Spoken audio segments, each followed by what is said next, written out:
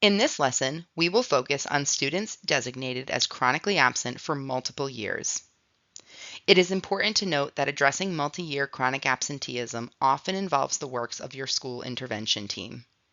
In some schools, this is the same team that addresses other student support needs, but in many schools, the work is distributed.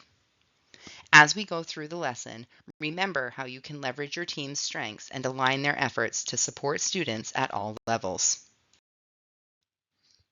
As we have shared, AttendanceWorks is an outstanding resource of evidence-based research, interventions, and considerations for chronic absenteeism.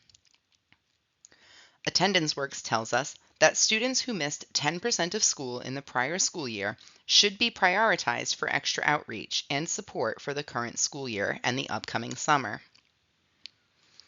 A wealth of research shows that chronic absence in the prior year indicates students starting in kindergarten who are more likely to fall behind in reading, experience lower achievement in middle school, and are less likely to graduate from high school.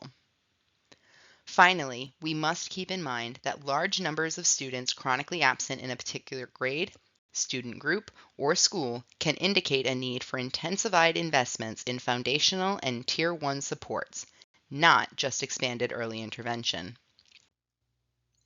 When determining the level of support that students need to address absenteeism, we look at both what's happening in the current year as well as what has happened historically in prior years. For example, a student who has no previous history of chronic absenteeism and is not currently chronically absent this school year would continue to be supported by Tier 1 alone. Students who have had a history of chronic absenteeism in the last 5 years, but who are not currently chronically absent, would be supported with targeted level intervention to ensure that their current success continues.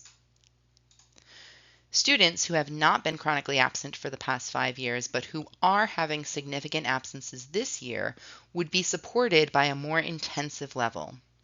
In the AttendanceWorks framework, these students would fall into Tier 3.